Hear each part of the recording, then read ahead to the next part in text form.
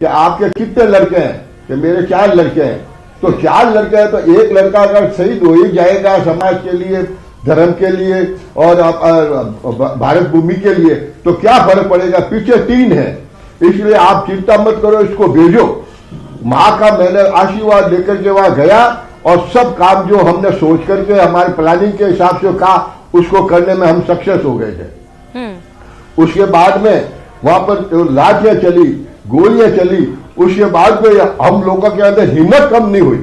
हम एक दूसरे का साथ लेकर के, एक दूसरे को भाईचारा के साथ में मिलकर के उनका साथ दिया और हिम्मत करके आगे बढ़ते गए।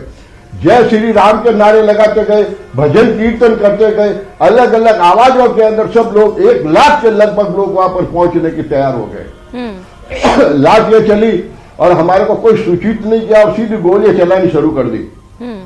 और गोलियां चलाने से मैं जब आगे बढ़ रहा था तो राइट साइड के अंदर महेंद्र नाथ जी अरोड़ा थे और लेफ्ट साइड में भाई परियार साहब थे, जेठाराम जी परियार। तो उनके गोली लगी, महेंद्र सिंह जी को गोलियां लगी और वहां पर वो धराशायी हो गए। मेरे कान के पास से गोली निकली और वो सीधी जेठाराम जी के लग गई और मेरा कान वो 3 दिन तक वो झनझनाता रहा। और फिर जेठाराम जी को हमारे न तो हॉस्पिटल जानते, न वहां की जनता हमारा साथ देती, कारण कि वो जनता साथ देना चाहती थी लेकिन पुलिस वाले उनको भी पीटना शुरू कर दिया था हमारे साथ में। तो उनको भी पीटना शुरू कर दिया तो उन्होंने फिर हमारा साथ देना बंद कर दिया। तो फिर हमने उनको किसी प्रकार से माथाफोड़ी करके जैसे भी हमने समझा उचित उस समय आपस में डिसीजन लेकर के उनको जोधपुर लेकर के आए और जोधपुर ला करके पावटा से उनको शव यात्रा RSS कार्यालय में ले गए। वहां से फिर उनको जेठाराम जी को मतानिया भेजा और वहां को इनको अरोड़ा साहब के घर में भेजा। मैं आपको निवेदन करूं कि इतने साल हो गए मेरे को देखते हुए, लेकिन मैं ये निवेदन करना चाहता हूं कि जो जेठाराम जी ने अरोड़ा साहब, प्रोफेसर अरोड़ा साहब को हम वहां लेकर के गए शमशान के अंदर, तो मैं निवेदन करूं इतनी जनसंख्या थी, बहन भाई सब थे कि मैं आज तक वो पूरा शमशान पास में सब लोग पूरे भरिश गए। इतनी संख्या में लोग थे, उनको लकड़ी लगाने की जरूरत नहीं, सबने किसी ने कोटा लाया, कोई लकड़ी लाया, कोई क्या लाया और उनको अंतिम संस्कार किया। बिल्कुल कर्णदास जी, इसका मतलब भगवान श्री राम जब भरत को जब वो गद्दी सौंपी गई थी तो उन्होंने कहा कि नहीं, इस गद्दी के इसका राज तिलक प्रभु श्री राम का ही होना चाहिए। 14 साल के वनवास के बाद जब वो वापस लौटे तो संघर्ष का फल मीठा होता है, ये कहते हैं। तो इस तरह 500 साल का आप लोगों का जो संघर्ष था वो जाके आज पूरा हुआ है। इसका मतलब कि वो मीठा ही है। आज जो भव्य नज़ारा दिख रहा है वो बेहद ही आकर्षण है। हमारे साथ तमाम मेहमान भी जुड़े हुए, बीजेपी से निमिषा जी जुड़ी हुई हैं। निमिषा जी, कैसा महसूस हो रहा है? आज का ये दिन अलौकिक है, अविस्मरणीय है। श्रुति जी, सर्वप्रथम तो हमारे साथ जो हमारे कार सेवक जी हमारे यहाँ आपके चैनल के माध्यम से, मैं उनके संघर्ष को, उनके तप को और उनके त्याग को, उनकी तपस्या को सादर प्रणाम करती हूँ।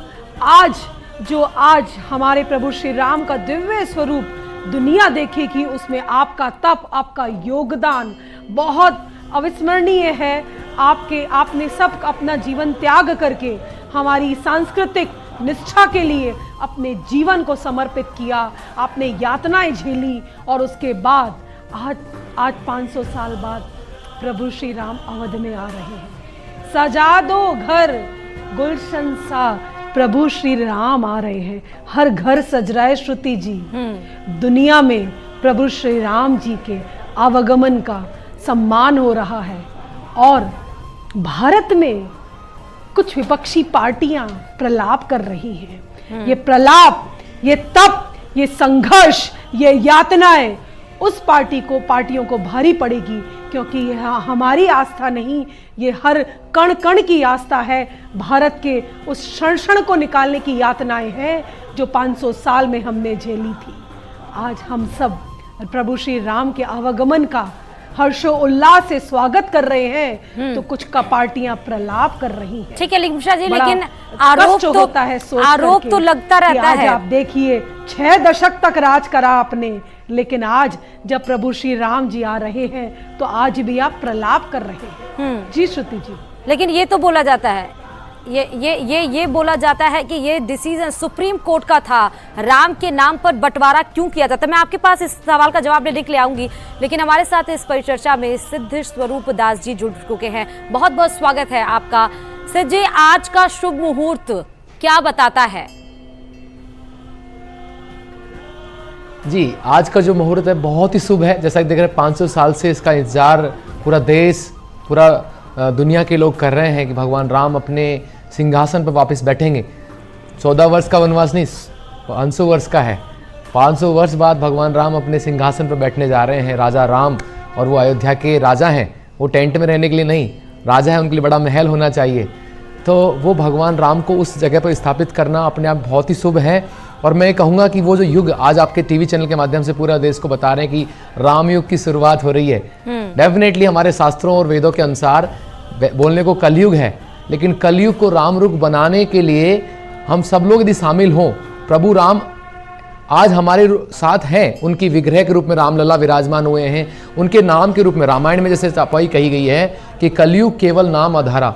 कलयुग में भगवान का नाम जो है यदि उसका गुंजायमान हो, जैसे जिस तरह जय श्री राम के उद्घोष हो रहा है, प्रभु राम का नाम जिस तरह से लिया जा रहा है, ये है राम राज की शुरुआत। और प्रभु राम तब जाके ना केवल अयोध्या में मंदिर में विराजित होंगे, प्रत्येक जनमानस के हृदय में विराजमान होंगे।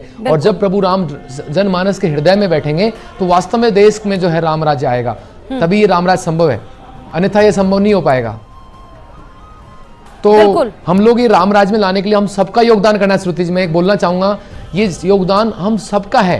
प्रत्येक व्यक्ति को प्रभु राम के प्रति आस्था श्रद्धा लेके आनी है, तब जाके रामराज संभव होगा। प्रभु राम कौशल्या के जो पुत्र हैं वो केवल अयोध्या के वासी, अयोध्या में ही राजा नहीं है, पूरे संसार के राजा हैं। वो प्रभु जो है अखिल ब्रह्मांड के नायक हैं, उनकी भक्ति सभी को करनी है और उसके लिए सबका योगदान करना है। अब मैं आपको बताना चाहूँगा, आज पूरे प्रदेश में, राजस्थान की बात करें विशेष रूप से, बहुत ज़्यादा योगदान है। आप भगवान का मंदिर बनाने में सबसे ज़्यादा जो आर्थिक योगदान है राजस्थान से गया। राजस्थान की जनता जिस तरह से प्रभु राम से प्रेम करती है, आपको देखते ही बनता है, और उसमें हर किसी व्यक्ति का योगदान रहता है। अब हम लोग बात करें, हम हरे कृष्णा मूवमेंट के माध्यम से जयपुर शहर के अंदर जो है 15 दिन तक एक जो है उत्सव मनाया जा रहा है। उसमें प्रभु राम की कथाओं का आयोजन हम लोग हर प्रति शाम को कर रहे हैं। आज तो पूरा देश में मनाया जा रहा है, लेकिन शाम को राम तारक यज्ञ करने के साथ अगले 10 दिन तक राम कथा का आयोजन, और अगले 5 दिन तक जो है स्कूल के बच्चों को हमारे प्रभु राम की शिक्षाओं को, रामायण महाभारत की लीलाओं को, रामायण की लीलाओं को बच्चों तक पहुंचाने के लिए हम लोग उनमें ड्राइंग, पेंटिंग, ऐसे राइटिंग, हैंड राइटिंग, प्रभु राम के भजन, उनके कॉस्ट्यूम, रामायण के कॉस्ट्यूम, ये सारी प्रतियोगिता जो है स्कूली बच्चों को, पूरे प्रदेश के बच्चों तक करवाने की कोशिश कर रहे हैं, ताकि हमारे बच्चे प्रभु राम की वो जो भक्ति, श्रद्धा, संस्कार को सीख सकें। जी बिल्कुल, बात बिल्कुल सही कहा सिद्ध जी, क्योंकि अब जिस तरह एक लोगों में मॉडर्नाइजेशन आ रही थी, या फिर हम ये कह रहे थे कि हम अपनी संस्कृति को, अपने धरोहर को, अपने धर्म को छोड़कर हम वेस्टर्न कल्चर को अडॉप्ट कर रहे हैं।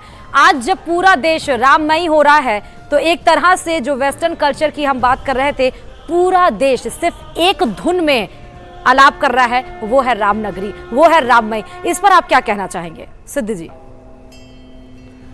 जी, तो ये पूरा देश राम में होना आवश्यक है। वेस्टर्नाइजेशन जो है आज की डेट में, हम लोग जो है, हमारा कहते हैं लैंग्वेज कैरी द कल्चर। हम लोग अंग्रेजी सभ्यता के साथ, अंग्रेज यहाँ आके गए और पूरी सभ्यता को बदल के चले गए, क्योंकि उन्होंने हमारा वेदों को माइथोलॉजी बोल दिया, उन्होंने हमारे गुरुकुलों को बंद कर दिया।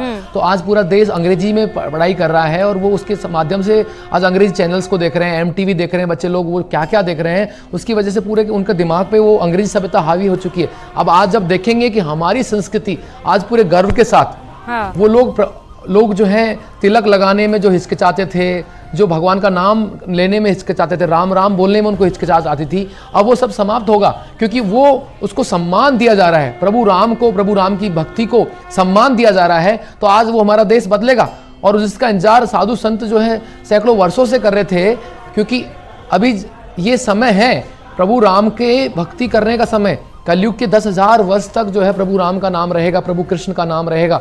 तो मैं तो ये कहूंगा, आज इस्कॉन जो है इस चीज को पूरी दुनिया को बता रहा है कि राम का, कृष्ण के नाम की जो शक्ति है, उससे पूरे जनमानस का जो है पूरी बुराइयां मिट रही हैं, ये हो रहा है। बिल्कुल। और निमिषा जी, सिद्ध स्वरूप जी के बात को आगे बढ़ाते हुए सवाल मेरा आपसे है गृह मंत्री अमित शाह ने कहा 2047 में जब हम विकसित भारत बनेंगे, 25 साल का ये जो गैप है, इसकी बानगी यानी कि इसकी शुरुआत खुद प्रभु राम के रूप में शुरू हो चुकी है।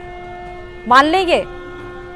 देखिए श्रुति जी, बिल्कुल शुरू हो चुकी है। आज पूरे भारत का जीर्णोद्वार हर स्तर पर आधारभूत संरचनाओं के निर्माण के साथ साथ में 140 करोड़ देशवासियों के जीवन में आत्मनिर्भर भारत के अभियान के माध्यम से आत्मनिर्भरता आ रही है।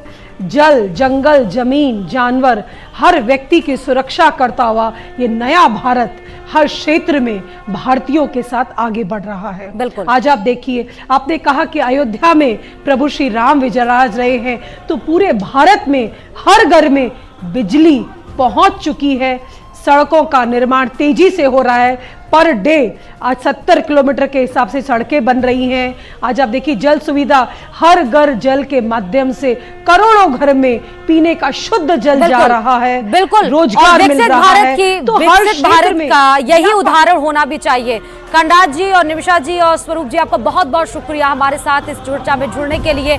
भव्य है राम मंदिर, भव्य नव्य मंदिर में प्रतिष्ठापित हो चुके हैं प्रभु श्री राम अपने बाल स्वरूप में। 12:05 पर जब वो उनका आंखों की पट्टी खुलेगी और खुद पीएम मोदी जो भक्ति लीन में राम के हैं वो उनके आंखों में काजल लगाएंगे। वो भी अद्भुत नजारा होगा, अलौकिक दृष्टि होगी जब आपके चैनल पर न्यूज़ 18 राजस्थान लगातार आपको वो भी तस्दीक कराएगा। रुकते हैं छोटे से ब्रेक के लिए, देखते रहिए न्यूज़ 18 राजस्थान।